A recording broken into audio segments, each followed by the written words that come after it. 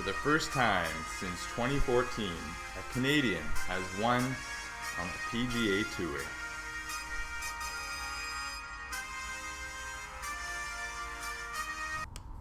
Mackenzie Hughes.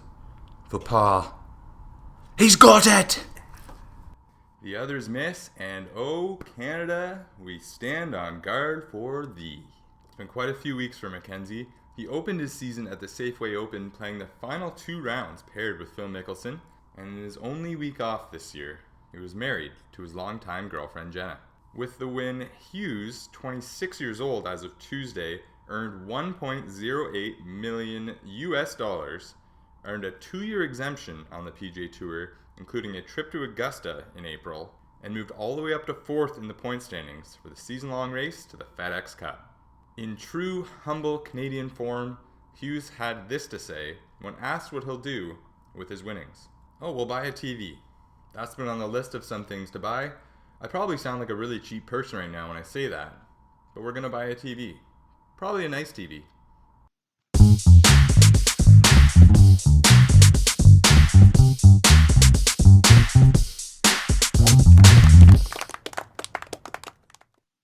I mentioned the winner, but it took emerging from a 5-man playoff for Mackenzie to earn his first win, and a 5-footer for par on the 18th just to get into it.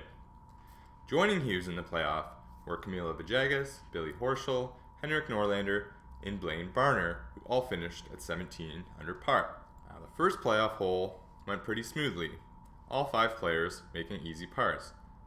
Except that is for Billy Horschel. Horschel had a 15-footer for birdie to win the tournament, but instead missed. And then missed again from 2 feet, ending his week right there. On the second playoff hole, Hughes had a 6-footer for the win, but he burned the edge. So, play was suspended for the night due to darkness, and the 4 remaining golfers came back early Monday morning. They started on the par 3 17th, where all 4 missed the green in the chilly morning air, and with the worst chip of the group, Hughes, from off the green still, drained an 18-footer for par. At the time, he thought he had done enough to go on to the next hole, but after Barner and Norlander missed, Villegas had a knee knocker to extend the playoff once again. And he missed, leaving only one man standing, Mackenzie Hughes, earning his first career PGA Tour victory and just his 5th start since becoming a PGA Tour member.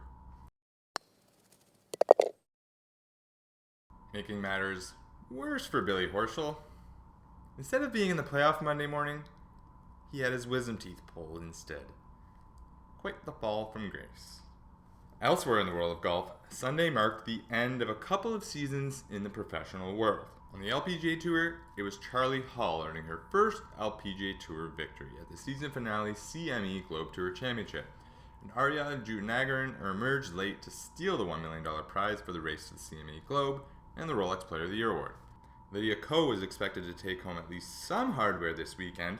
The women's number 1 ranked golfer fired an opening round 62 on Friday to take the lead, but it wasn't meant to be as she slipped out of contention on the weekend, failing to capture the Rolex Player of the Year award, the $1 million prize, and even the Vare Trophy for scoring average.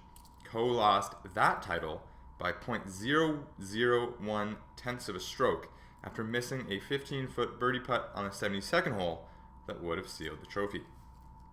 On the European Tour, it was Matthew Fitzpatrick winning the season-ending DP Tour World Championship, finishing 1 stroke ahead of fellow Englishman Tyrrell Hatton. It was Henrik Stenson taking home the big hardware though, shooting a final round 65 playing alongside Rory McIlroy to take the crown back from Rory, the 2-time defending champion, as Europe's number 1 golfer. It is Stenson's 2nd title, as he also won in 2013 before Rory went back-to-back. American Brooks Koepka continued his strong play of late, winning the Dunlop Phoenix Open in Japan thanks to an impressive weekend, carding 63-65 to secure the win. Koepka appears poised for a breakout year in 2017 after posting a 3-1 record in the Ryder Cup, finishing 2nd in Las Vegas, and now capturing the 7th title of his career. And another American, Jordan Spieth, got back to his winning ways in Australia this weekend, capturing their National Open on Sunday. Spieth sunk a 15-footer to get into a 3-way playoff, and then nailed a 10-foot birdie putt on the first playoff hole to beat locals Cameron Smith and Ashley Hall at Royal Sydney. After Spieth's 2014 victory at the Aussie Open, he went on to win the Masters and the US Open, then missed the playoff at the Open Championship by just one stroke before finishing second to Jason Day at the PGA Championship. Spieth is clearly hoping a win in Australia again will yield similar results going forwards. Now off the course, there were a few developments this week as well. First, it was Davis Love III, notably a Ryder Cup captain fame and a member of the newest class to be inducted into the World Golf Hall of Fame. Love sat down with ESPN golf writer Jason Sobel, and the interview led to a few gems, such as the following. I've heard that Patrick walked into the team room at some point and said, "I'm not sitting at all." True or false? No, not in the team room. Well, he told me and Tiger, "How could you sit out your best player? Why would you sit him out? We love you, Patrick, but everybody's going to sit out." We weren't going to play him, but Patrick had such a great attitude. He was so confident. He was so confident in his partner that we ran his partner into the ground. I apologized to Jordan. I said, "Look, I'm sorry I wore you out, but your man was rolling." It was all about singles, really. And we wanted everyone to be ready. Nothing works out perfect, but the only real consequence of how well Patrick was playing was that we ran Jordan a little ragged. How do you explain Patrick basically jumping in the phone booth and instead of coming out with Superman, Captain America comes out? He's a misunderstood guy. He and JB Holmes were my two guys that I could put up against anybody, and they just wanted to punch them in the face. They wanted to fight. That's the main reason we picked JB. Same thing with Ryan Moore, but in a different way. One-on-one, you want Patrick Reed or JB Holmes or Ryan Moore, who is just quiet, confident. I don't need any help. I've got this. Patrick, I saw it in 14. This guy in the right role is unbeatable as a teammate, and I think Jordan saw that too. You mentioned the White House trip. When might this happen? In the next 60 days or after that? The sitting president invited us, and we won during his presidency, so that's what we're going to do. But it's like herding cats. I'm not very good at this. How did Tiger Woods, the assistant captain, differ from Tiger Woods, the player? He doesn't do anything halfway. Lifts weights, ride bikes, whatever. He jumps in. We almost had to back him off, like, calm down, you can't make the Saturday pairings yet. He's like, well, we're picking this guy, and this guy. We're like, they haven't even played the BMW championship yet. But he was just so focused and driven. I can just flip through his text messages and show you pictures of pairings, plan A, plan B, cold weather pairings versus hot weather, wet versus dry. No wonder the guy is so successful. Half the team said, we're in his head, this is unbelievable. He's telling us things that he used against us in the past. Why? Because he wanted to win. He was on a mission. Now, is he ever going to become the Arnold Palmer role? I don't know. Would he ever have that kind of respect from the rest of the world? But I can tell you, in our team room, he earned an incredible amount of respect from the players that were there and from me. Then, it was Rory getting grilled. We need to see this kid interview Tiger Woods. We need it. Video emerged from the Twitter sphere this week of Tiger Woods hitting balls on the range. How exciting. Okay, there was more to it than that. He was spotted hitting those balls with TaylorMade clubs. Woods, to be more specific. Obviously, Nike Golf is out of the manufacturing business, so it makes sense for Tiger to be looking at other options. Could this mean a switch to TaylorMade is coming? Or is Tiger just trying out some new gear?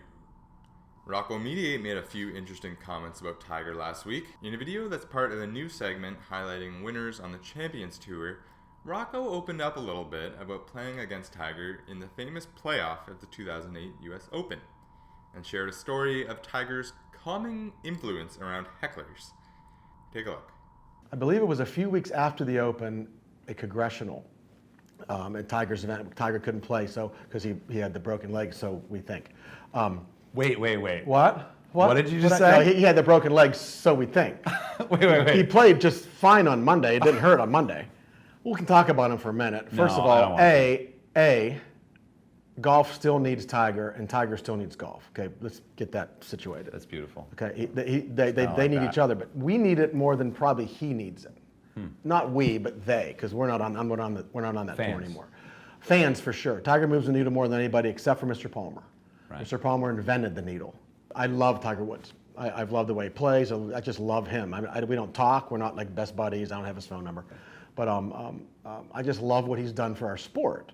And the fact that he's been gone for several years now makes me nauseous. Really? Going back to '99 in Phoenix, and this is how cool Tiger really is. So we're playing the final round together, and I'm leading by 6 going to Sunday. But I'm scared to death because I'm playing with Tiger again. I'm like, I've had back surgery before, so this is my first time I've been in the lead in 4 or 5 years. So I'm like, what the hell? I'm nervous. I'm playing okay. We get to 12, par 3, and I hit it just on the left side of the green. Tiger hits it to about 8 feet, and I'm like 4 or 5 up at the time. So I'm still got it. I'm okay, but somebody yells across, yeah. Just like everybody else, media, you're going to choke your ass off playing against him. And now my whole thing lit up. Whoa. And I start to walk over there, and that meat hook of Tigers just grabs me and goes, hey, stay here. Stay where you are. Let's see what happens the last 6 holes. Don't worry about this. And I went, all right. It sounds like Tiger's preparation is coming along quite well for next week's return, too. Bob Herrig of ESPN spoke with Woods' agent Mark Steinberg, who told the reporter that Tiger is getting his feels back.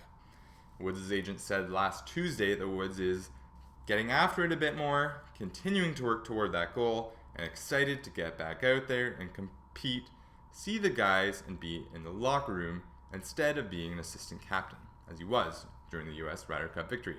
Steinberg went on to say that Woods is as determined as ever, but dodged a question about whether he was physically limited after 3 surgeries on his back since 2014.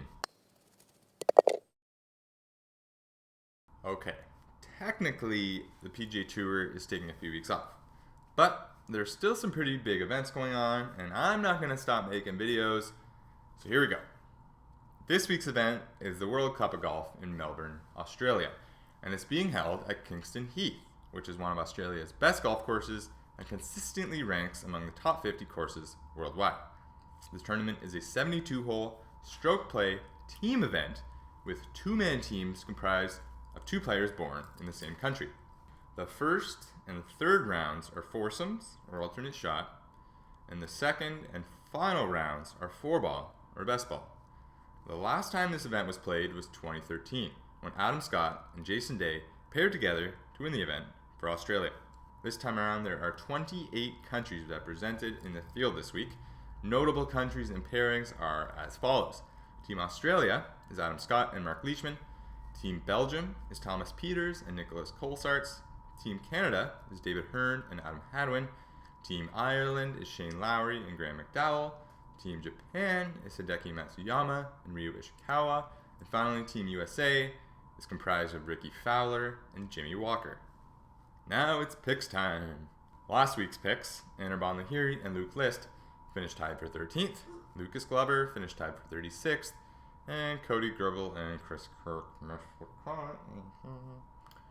This week, I'm just going to narrow it down to 3 picks since it's a team event. Team USA, Ricky Fowler and Jimmy Walker. Now there is no country that plays in more big events in the world of golf or team events than the US of A. So just by experience in Ryder Cups, President's Cups, majors, match plays, etc., these 2 have the experience factor and are no schlubs with the clubs either. Team Japan, Hideki Matsuyama and Ryu Ishikawa. Hideki has been an absolute tear as of late, winning everywhere he plays. It's probably the best duo Japan has ever put into a team competition, and these 2 show a glimpse into the very successful future of Japanese golf on the PGA Tour. And my number 1 pick is Team Australia, Adam Scott and Mark Leishman. Australia comes in as the defending champs, although they're without Jason Day this time.